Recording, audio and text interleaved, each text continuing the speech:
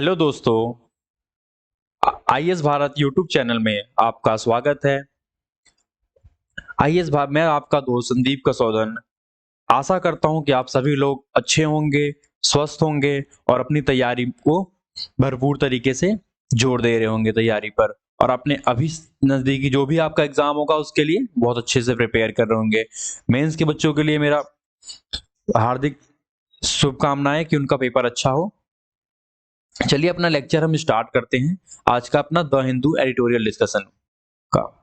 The Hindu आज का हमारा फर्स्ट टॉपिक, जैसा आपने थंबनेल में देखा होगा, expert warn bird flu virus changing rapidly in the largest ever outbreak.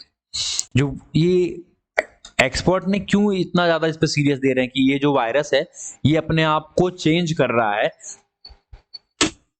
Dramatically change कर रहा है और ये अपने आप को इवॉल्व करते जा रहा है। जब से इसका आउटब्रेक स्टार्ट हुआ है तब से लेकर अभी तक इसने आपको कई बार इवॉल्व किया है। अब तक का सबसे ज्यादा आउटब्रेक हुआ है जिसमें बहुत सारे लोग, बहुत सारे पक्षी मारे गए हैं। पहले इसमें देखते हैं हम। देखिए यहाँ पे इसके लिए शिकार छिड़काव भी किया जा रहा है बर्ड फ्लू के बारे में, और अपने सभी जितने भी बर्ड हैं, पक्षी हैं, उनके लिए कहा है कि भैया उनको ना एक चीज दो, उनको उनके उनके लिए वैक्सीन बनाओ, उनको वैक्सीनेट करो तो ही वो इस वायरस से बच पाएंगे, वरना उनकी मृत्यु हो जाएगी, जिससे ये बहुत बड़ा मास एक्सकलेशन बोला जाएगा। इसमें देखिए द स्टडी पब्लिश, जो एक स्टडी पब्लिश हुई है कि H5N1 वायरस स्प्रेड 30 कंट्री से ज्यादा, 30 कंट्री में ये अपने आप को अपना वर्चस्व बना चुका है। फरवरी 2022 कलेक्टेड डिफरेंट कॉम्बिनेशन, ये अलग अलग तरीके से अपने आप को इवॉल्व कर रहा है।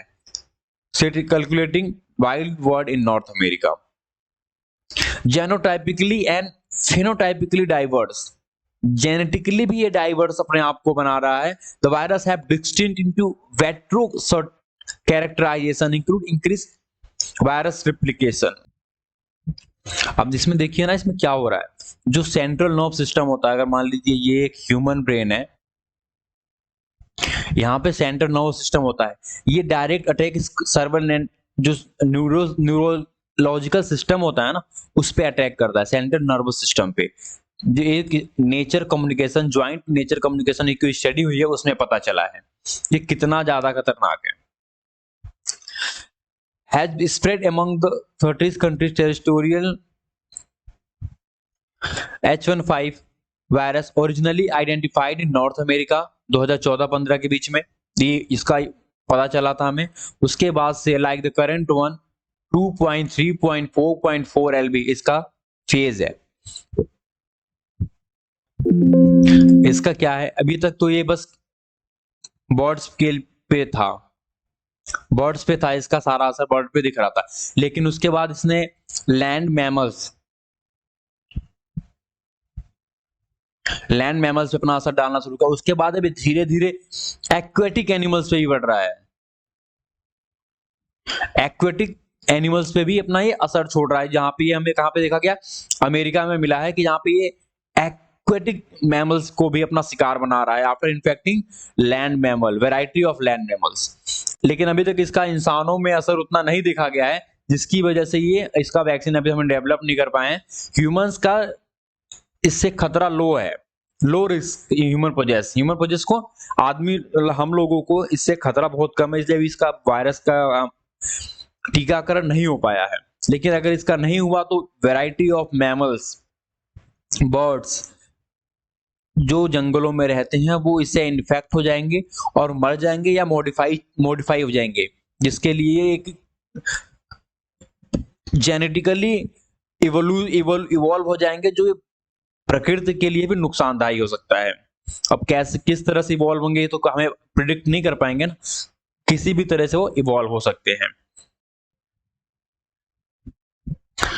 चलिए द हिंदू में देखते हैं इसमें क्या इंपॉर्टेंट है और क्या इंपॉर्टेंट नहीं है। Balasore rail tragedy toll rise to 288, ये तो मैंने आपको कल बताया था, कल स्पेशल वीडियो भी बना के आपके लिए डाला था। आप उसमें भी देख सकते हैं कि बालासोरे में जो रेल ट्रेजेडी हुई है उसमें 288 लोग मर गए हैं और मोर देन 1000 पीपल की हालत खराब है, जो गंभीर रूप से चोटिल है। ये न्यूज कल के सामने आई है।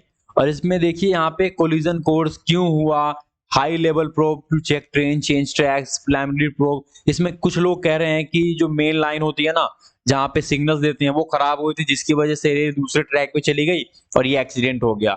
अब ये छोटे छोटे छोटे छोटे दोषारोपण करके एक दूसरे के ऊपर दोष लगाएंगे, मतलब उनकी जिम्मेदारी थी, करते करते एक आध महीने निकाल देंगे, मामला शांत हो जाएगा, फिर ये इसे डस्टबिन में डाल देंगे। इस चीज को कोई ज्यादा मेजर लेंगे नहीं। लेकिन प्रधानमंत्री मोदी का जो भावुक इंटरव्यू आया था, उसको एक बार आपको सुनना चाहिए। उसमें जो प्रधानमंत्री मोदी ने कहा था, चलिए आपको दिखाते हैं उसमें क्या था। असह्य वेदना मैं अनुभव कर रहा हूं और अनेक राज्यों के नागरिक इस यात्रा में कुछ न कुछ उन्होंने गंवाया है। जिन लोगों ने अपना जीवन खोया है, ये बहुत बड़ा दर्दनाक और वेदना से भी परे, मन को विचलित करने वाला। जिन परिवारजनों को इंजरी हुई है,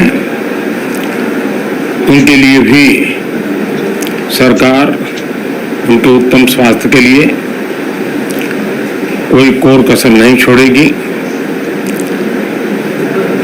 जो परिजन हमने खोए हैं वो तो वापस नहीं ले पाएंगे, लेकिन सरकार उनके दुख में, उन परिजनों के दुख में उनके साथ है। सरकार के लिए ये घटना अत्यंत गंभीर है।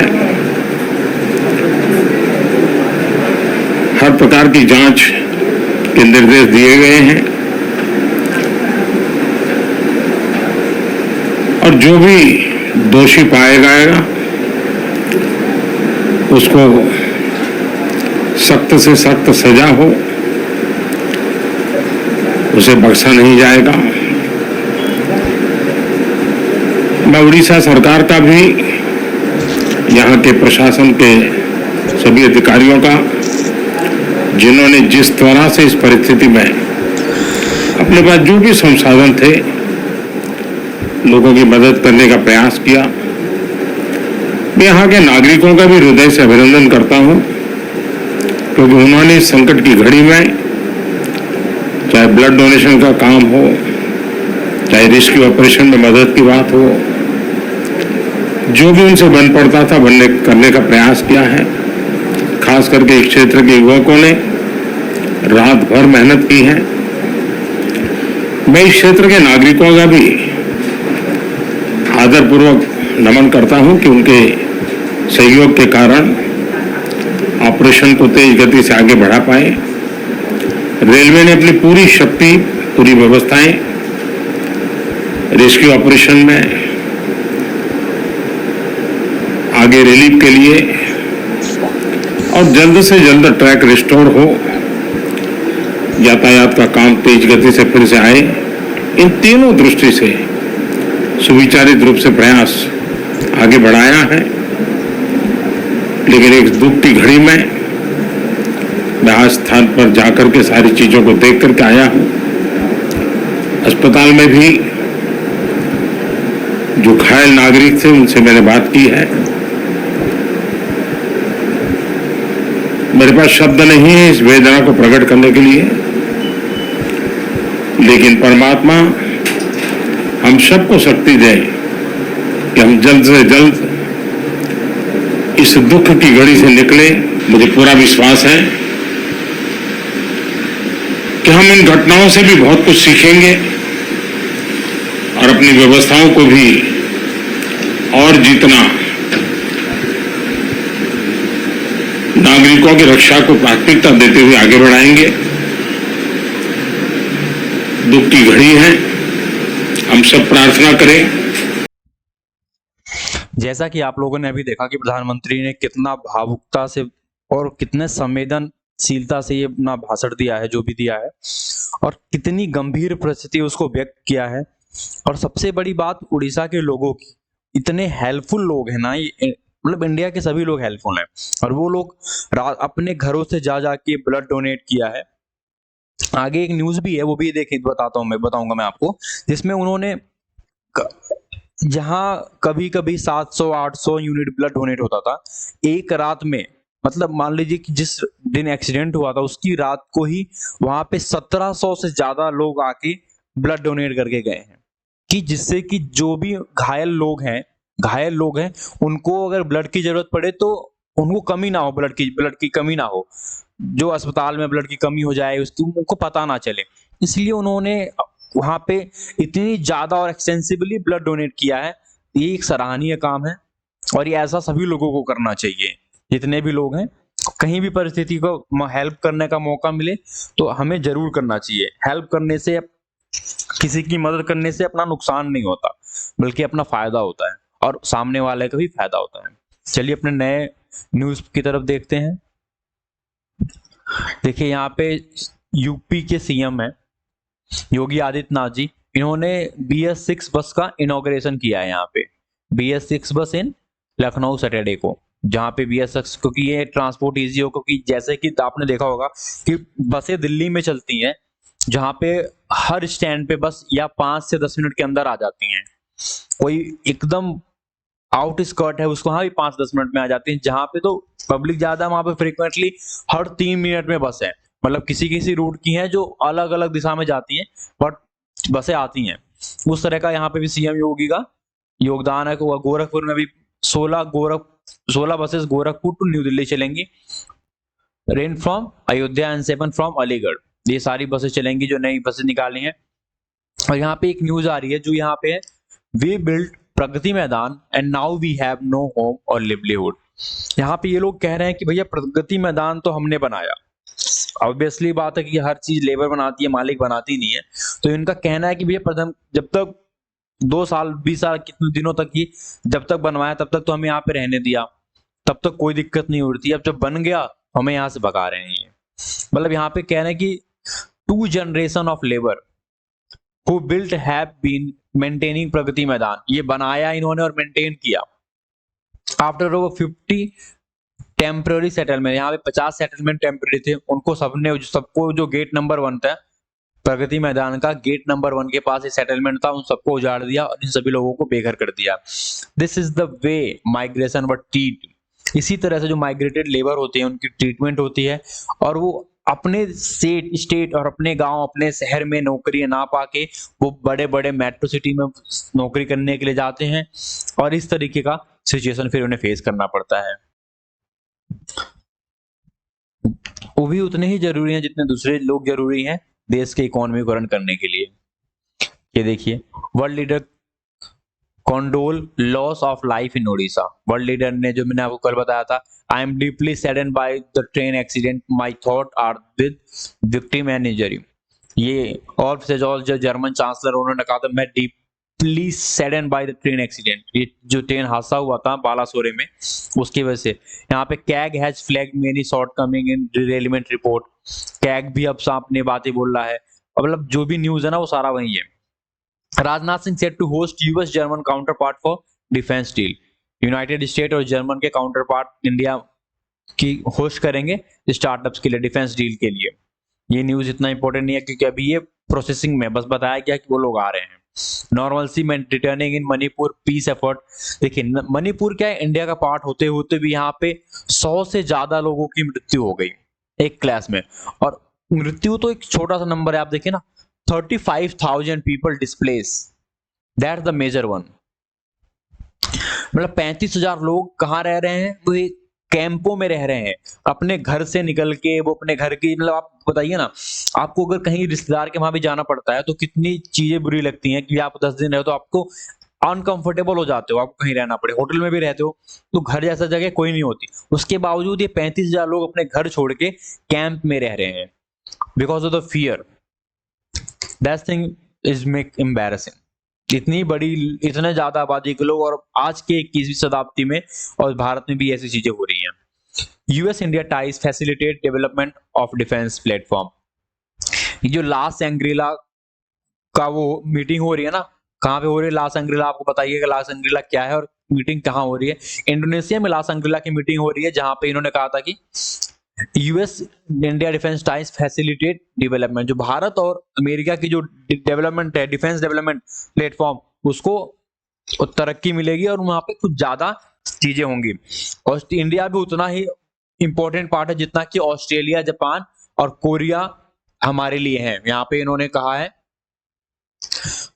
और अपनी उसके बाद देखते हैं कि हाँ, आपने मूवी तो देखी होगी, जो रानी मुखर्जी की अभी नई मूवी आई थी, मिस बनर्जी करके आई थी, मिस बनर्जी करके एक मूवी आई थी, उसमें जो स्टोरी है वो सेम स्टोरी यहाँ पे है। 59 एमपी राइट टू जर्मन इनोवी, मतलब हमारे 50 मेंबर, 59 मेंबर ऑफ पार्लियामेंट ने जर्मन इनोवी को एक लेटर लिखा है फिलिप आर्कमान को कि भैया हम अपने बच्चों का केयर कर लेंगे, आप अपने यहाँ से जब आयरा जो रिपीटेशन है, बेबी है, लड़की है, उनको वहां ने आप जर्मन फोस्टर सिस्टम में रखा हुआ है। और मूवी में तो बताया गया था, क्या नाम है, ये स्वीडन और नॉर्वे की बात थी। और यहाँ पे देखिए ये पूरा यूरोपियन यूनियन इसी तरह से वर्क करता है, मतलब फोस्टर सिस्टम में जो भारतीय लोग, मुल्क के लोग होते हैं, भैया चम्मच से खाना खिलाओ, हाथ से मत खिलाओ, माताएं काम करती हैं, ये क्या करती हैं, पब्लिक क्या है, बच्चों को ये सही से देखभाल नहीं करते, छोटी मोटी डांटते हैं, बच्चों को डांटना नहीं चाहिए। These all things make them for more important then child health. देखिए भारत में परंपरा है हाथ से खिलाने की, तो भैया हम हाथ से खिलाना और खाना तो छोड़ ही नहीं सकते ना, लेकिन उन्हें इस चीज से ही प्रॉब्लम है, कल्चरल डिफरेंस, कल्चरल एंटागोनिज्म। क्यों कह रहे भाई चम्मच से खिलाओ, हाथ से खिलाना हाइजेनिक नहीं है, तो चम्मच हाइजेनिक है, मतलब ये सारी चीजें होती हैं। और अभी तो ये न्यूज में आया था, तो अभी देखिए यहाँ पे रिसेंटली ये न्यूज चल रहा है कि इन्होंने लिखा है 59 एमपीज ने जर्मन को लिखा, देखिए भी क्या रिस्पॉन्स आया, कोई रिस्पॉन्स नहीं आया। Green signal for main line was taken off and train entered loop line. Probe report. मतलब जो ग्रीन सिग्नल थी, green signal for main line was, वो बंद हो गई थी, जिससे कि ट्रेन ने इंटर लूप लाइन, जो गलत लाइन थी, उसमें घुस गई, जिसकी वजह से ये रिपोर्ट आया। December 2023, 1964, the Pamban Dasukodi passenger train crashed away by a cyclone, killing 126। 19 सबसे बड़ा अभी तक का इंडिया का सबसे बड़ा ट्रेन एक्सीडेंट ये है। The train fall into the Bagmati river in Bihar, killing more than 75। लेकिन ये 75 कोई आंकड़ा नहीं है, क्योंकि आप अगर अलग अलग न्यूज देखते हैं तो वहां पे आंकड़ा जो वेरी करता है वो 800 से लेके 2000 लोगों के बीच में वेरी करता है, क्योंकि इंडिया की ट्रेन में तब उस टाइम बहुत कम थी, और इंडिया की ट्रेनें हमेशा क्राउडेड चलती हैं। अगर वो दिल्ली से बिहार, दिल्ली से यूपी की तरफ आती हैं तो उनमें ओवर क्राउडेड नहीं, ओवर क्राउडेड होती हैं। और जिसमें इसे बताया जाता कि उस ट्रेन में 4 बाराती थे, मतलब 4 शादी के सभी लोग थे, बाराती थे, वो बारात करने। अगर आप इमेजिन करते हैं कि 100 या 150 लोग, 150 लोग तो बाराती होंगे ही होंगे, और 4 बारातें थी, बाकी और मेंबर थे, तो कितने लोग थे उस ट्रेन में? Most probably more than 2000 peoples live in, 2-3 हजार लोग थे उसमें। और ये गिर गई थी किसमें? बागमती रिवर में। बागमती रिवर में उस टाइम साइक्लोन आया हुआ था, और साइक्लोन आने की वजह से वहां पे पानी, जो पुल था वो गिर गया, जो पूरी की पूरी ट्रेन नदी में गिर गई।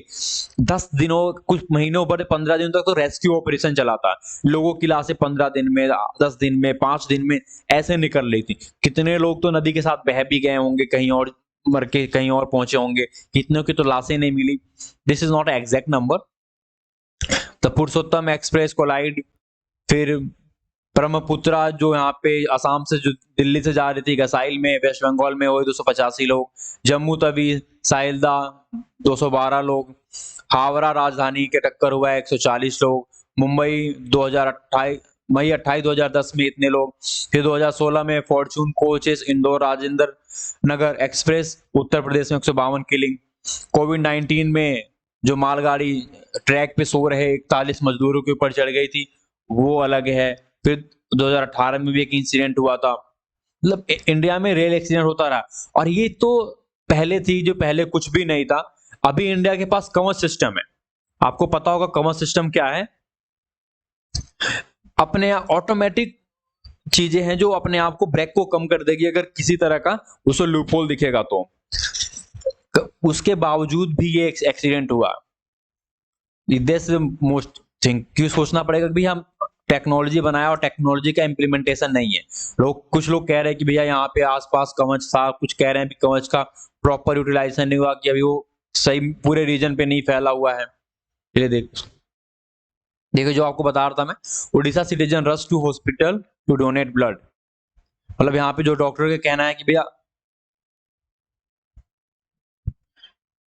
देखिए यहाँ पे hospital usually has balance of 1000 unit balance करती थी ऑन ए सिंगल नाइट। एक रात्रि को यहाँ पे 1700 यूनिट डोनेट हो गया आया।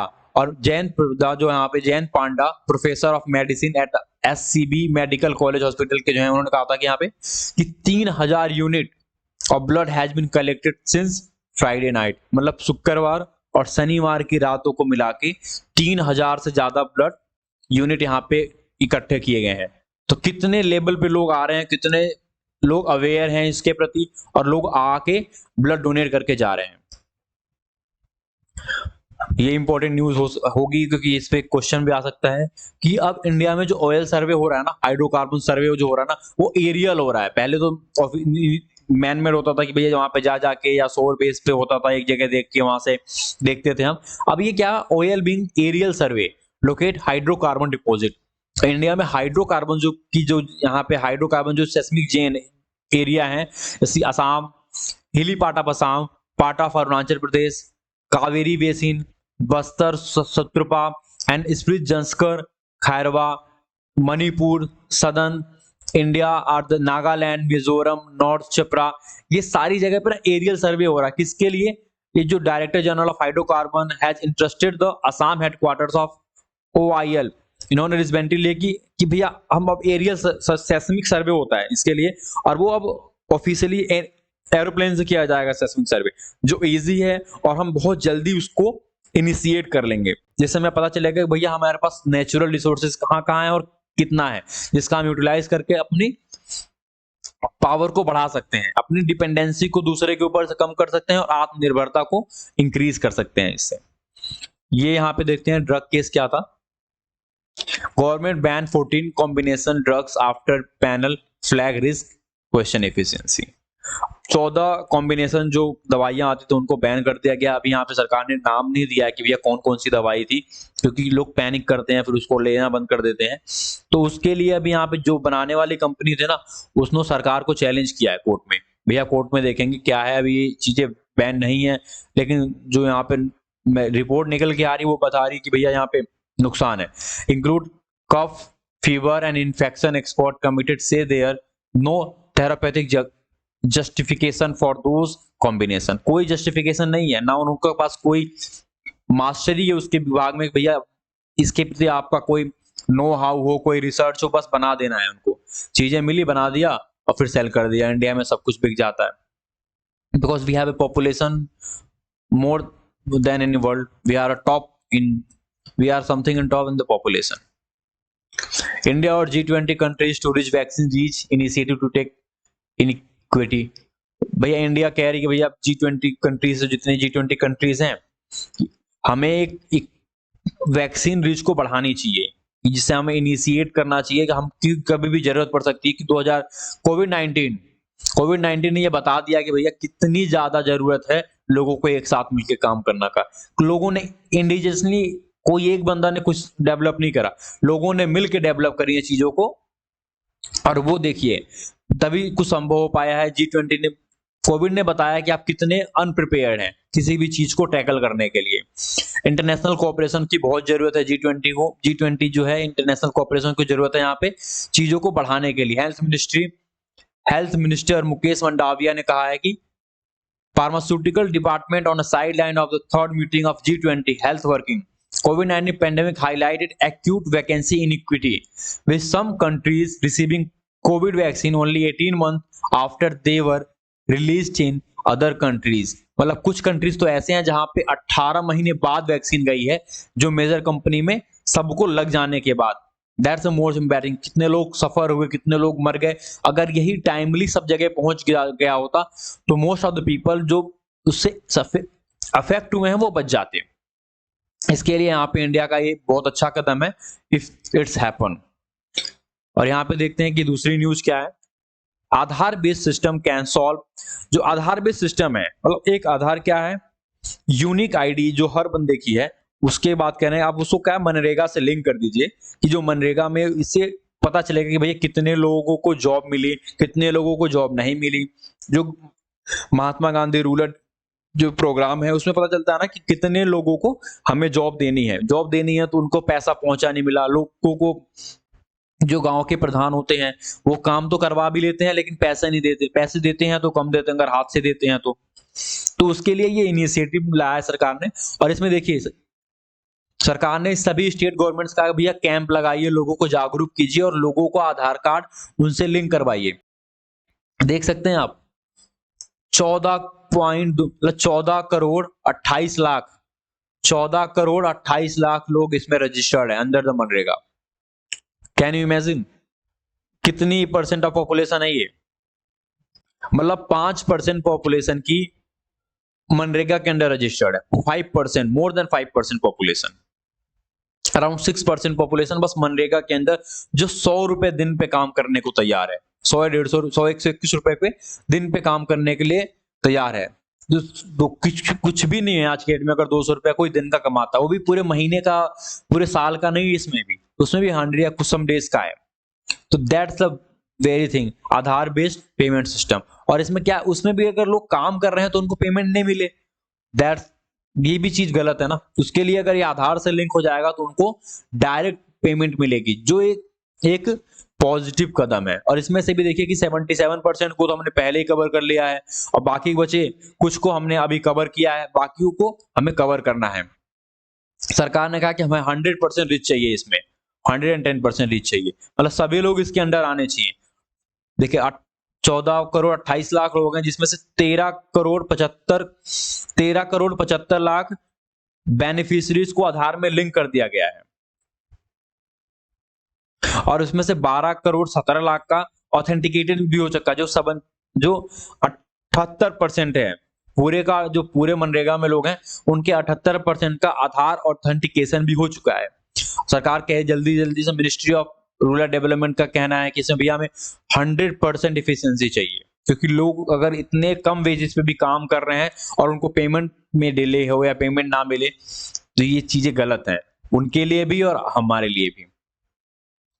The Rural Development Ministry urged state to organize camps and follow up the beneficiaries to achieve 100% coverage on ABPS। ABPS का क्या है? आधार बेस्ड पेटीएम सिस्टम यहां पे लगेगा, जिससे कि लोगों को चीजें आसानी होंगी। In May 88% wage payment has been made through ABS। अभी चीजें कवर हो गई हैं, जिसमें से हम 88% जो पेमेंट है वो हमने ABPS के द्वारा किया है। ये यहाँ पे जीत गए हमारे टर्की में, अर्दोगान जीत गए और ये इंडिया के लिए नए मुसीबतों का पहाड़ बनाएंगे कुछ, क्योंकि ये थोड़े प्रो पाकिस्तान है और एंटी इंडिया है। लेकिन इनको भी 1000 दिन का बैन मिला था इनके कंट्री में, लेकिन अभी भी इनको 970 या 80 दिन हुए हैं। उसको पहले उन्होंने भाषण ले लिया, जिसकी वजह से टर्की में प्रोटेस्ट हो रहा है। Indonesia propose peace plan to end war between Russia and Ukraine. ये लास अंग्रीला जो डायलॉग हो रहा है इंडोनेशिया में, उसमें ही कहा कि भैया इंडोनेशिया भी कुछ मदद कर सकता है, लेकिन नथिंग इज हैपन। इसको हमने डिस्कस कर लिया। Genetic change in H5, genetic change भी अब करने लगा ये। सीवियरिटी इन एनिमल, देखिए सबसे बड़ा पॉइंट है, increase rainfall alone will not help ground water coverage. India में ground water, India is the deficient, हमारे पास पानी सरप्लस है बट हम एक डेफिशिएंट कंट्री हैं on the matter of ground water. पानी हमारा सारा समुद्र में चला जाता है, हम उसका यूटिलाइज सही से नहीं कर पाते हैं, पानी को ट्रैक डाइवर्ट नहीं कर पाते, हम पानियों से इरिगेशन नहीं कर पाते। हम इरिगेशन का हमारा मेन सोर्स क्या है, हम जमीन से अंडर वाटर जो पानी है, ग्राउंड वाटर जो पानी है, हम उससे सिंचाई का काम करते हैं। अगर सरकार का पॉलिसी सही होता तो इंडिया में इतने रिवर हैं जो एनुअली फ्लो करते हैं और उसको डाइवर्ट इस तरीके से कर सकती थी सरकार, जो पूरे इंडिया को सिंचाई कर सकती है। लेकिन नहीं, वो सारा पानी तो समुद्र में बह जाता है, उसमें कुछ हो नहीं पाता, हम ग्राउंड वाटर से करते हैं और ग्राउंड वाटर का। और देखिए बरसात इतनी नहीं होती क्योंकि देखिए दिल्ली में पानी की दिक्कत क्यों? क्योंकि पूरा दिल्ली जो है वो कॉन्क्रीटाइज हो चुका है।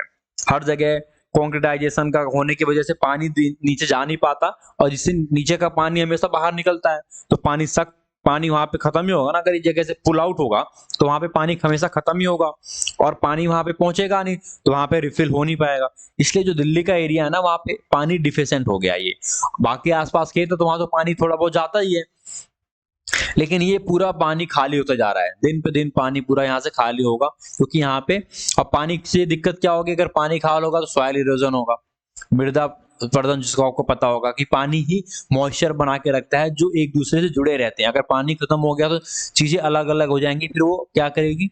फिर विंड उसे उड़ा ले जाएगी, तो उसकी विंड से दिक्कत होगी। अगर फ्रेगमेंट होगा, अचानक पानी गिरेगा तो पानी उसे बहा ले जाएगी। तो many type of soil erosion देखने को मिलता है वहां पे।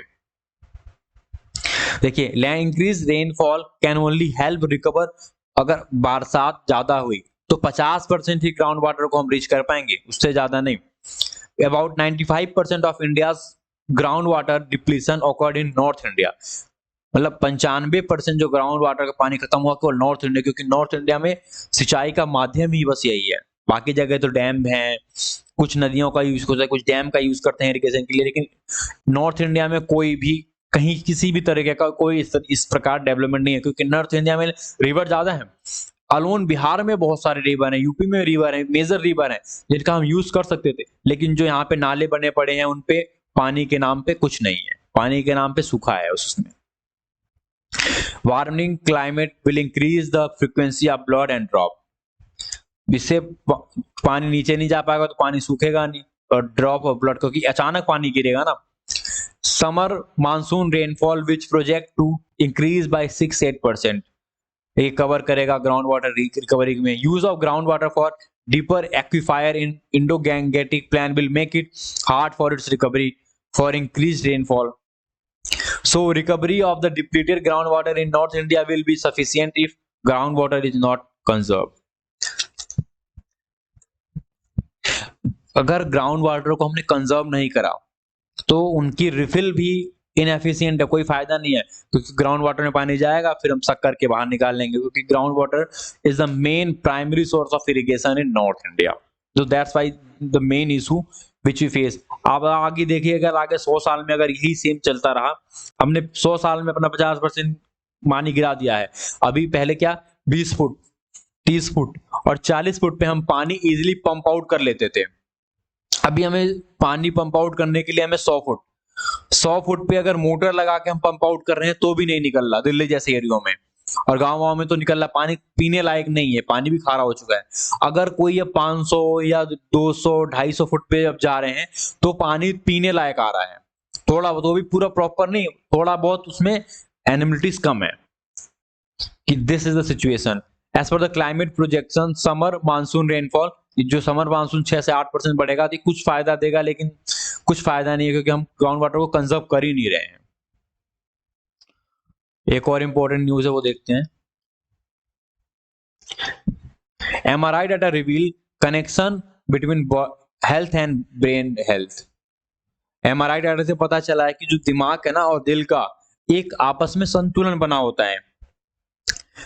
जैसे कि यूनाइटेड किंगडम मतलब इंग्लैंड में, ब्रिटेन में 40,000 लोगों पे प्रशिक्षण हुआ है, जिसमें पता चला है कि जिनकी दिमाग की प्रॉब्लम ज्यादा होती है ना, उनको कार्डियोवैस्कुलर डिसीज, जो हार्ट की बीमारी होती है, दिल के दौरे पड़ते हैं, वो ज्यादा पड़ते हैं दिमाग की वजह से। सिंपल सी बात, जो टेंशन ज्यादा लेता है उनको भी यही बात होती है। तो रिसर्च करने की एग्जैक्ट फिगर बता दिया गया है। Why is India rethinking it's anaemia policy? ये मेजर है और इसका इल इफेक्शन बहुत ज्यादा है। Why India is rethinking? Anaemia क्या होता है? अनीमिया डिफिशियंसी से क्या होता है? अनीमिया से बहुत लोग मरते हैं, निमोनिया भी कह सकते हैं, अनीमिया कह सकते हैं। आयरन डिफिशियंसी, सर के शरीर में लोहे की कमी हो जाती है। अंडर 5 साल से जो कम उम्र के बच्चे होते हैं और प्रेग्नेंट वुमन में इसका ज्यादा असर हमें देखने को मिलता है। एक सर्वे से पता देखिए इसमें कहा गया जो NFHS है, national family health survey, national family health survey 4 के रिपोर्ट से देखिएगा तो एनीमिया जो 53% और 58% थी और वो बढ़ के 67% और 59% हो गई है।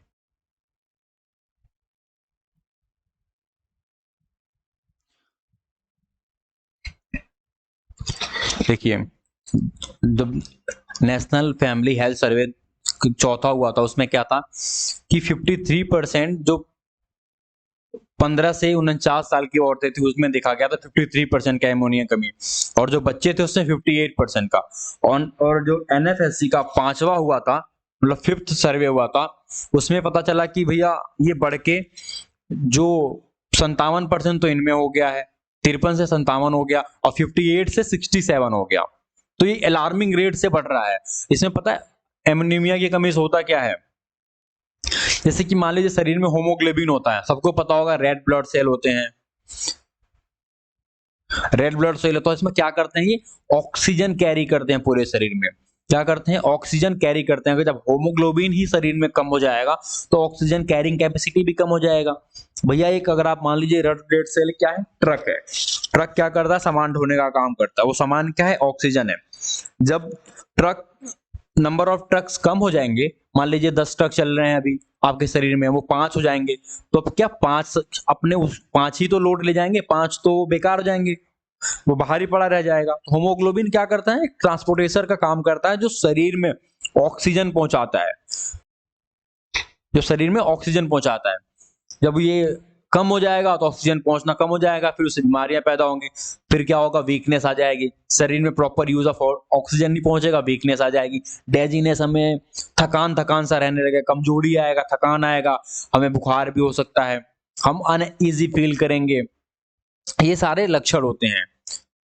According to the World Health Organization, in condition with the red blood cell lower than the normal, concentration में लोअर हो जाता है, ये जो मैंने आपको बात बताई वही चीजें आती हैं। The survey will collect individuals data on food and nutritional intake across different age group in the state and union territories. Survey में पूरे समाज का हेल्थ सर्वे किया जाएगा, जिसमें बताया जाएगा कि आपको क्या खाना चाहिए, क्या नहीं खाना चाहिए, ये मिनिस्ट्री का कहना है। अभी देखिए what promote the change, Sitaram Bhartiya institute of science and research new Delhi and saint John's medical college Bengaluru and the Indian institute of population science Delhi, इन जगह रिसर्च हुआ है। और ये क्या है कि जो WHO की जो गाइडलाइंस है ना इसके प्रति, वो डिफरेंट है, वो हर जगह इंडिया में सूटेबल नहीं करती, क्योंकि इंडिया में हाई लैटिट्यूड लो लैटिट्यूड के भी लोग हैं, कुछ लोग ग्राउंड्स पे भी पैरेलल पे भी रहते हैं, कुछ लोग लो लैटिट्यूड पे रहते हैं, कुछ लोग सेमी अराइड एरिया में रहते हैं, वहां पे अलग अलग चीजें अलग अलग वेरी करती है, भाई कितने यहाँ पे जरूरत है, कितनी यहाँ पे जरूरत है, कितनी कितनी जरूरत कहाँ कहाँ है। जो cut point, because the cut point depends upon the age, gender and physiology, status, attitude on other factor, altitude. तो जो जो यहाँ पे WHO की रिकॉर्डिंग है ना, वहां पे क्या है, जो कंसंट्रेशन होना चाहिए प्रेग्नेंट वुमन में, वो लेस देन 110 ग्राम पर litre at sea level, and anaemia in non pregnant में 120 ग्राम पर लीटर से कम नहीं होना चाहिए, लेस देन इतना होना चाहिए।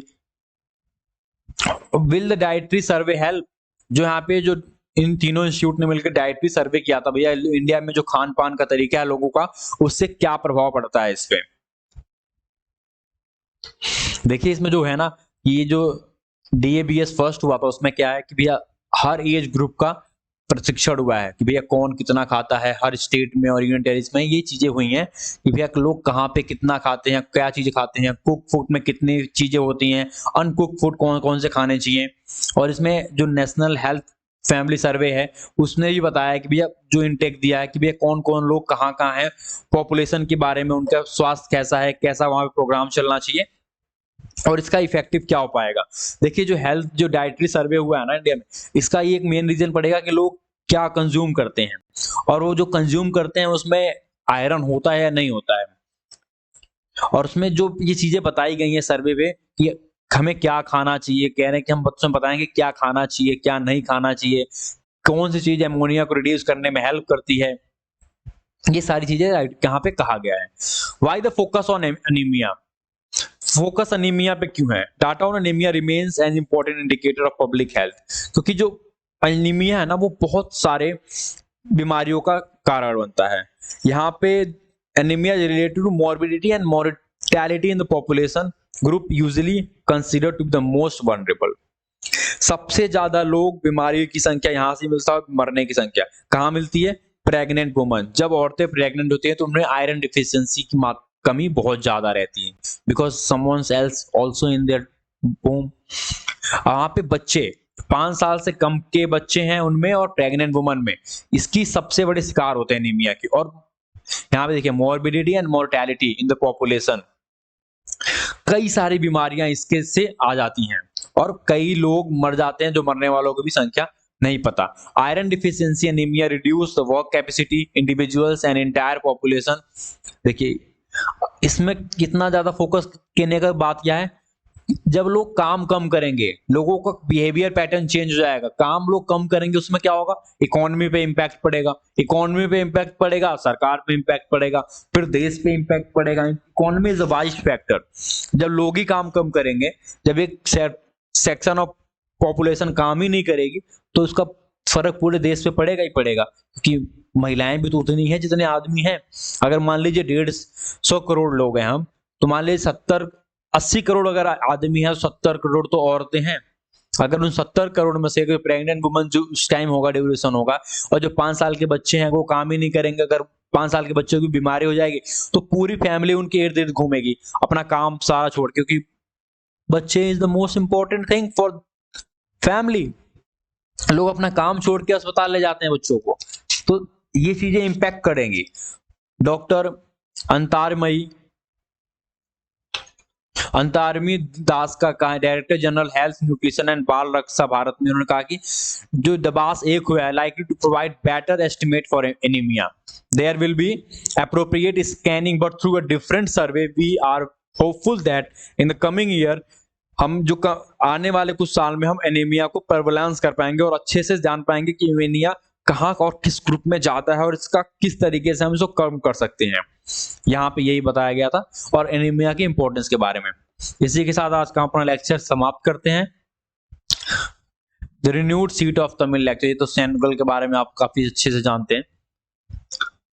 Thank you guys for welcome back. आपको लेक्चर अच्छा लगा हो तो लाइक करिए, सब्सक्राइब करिए, कमेंट करिए। Thank you guys.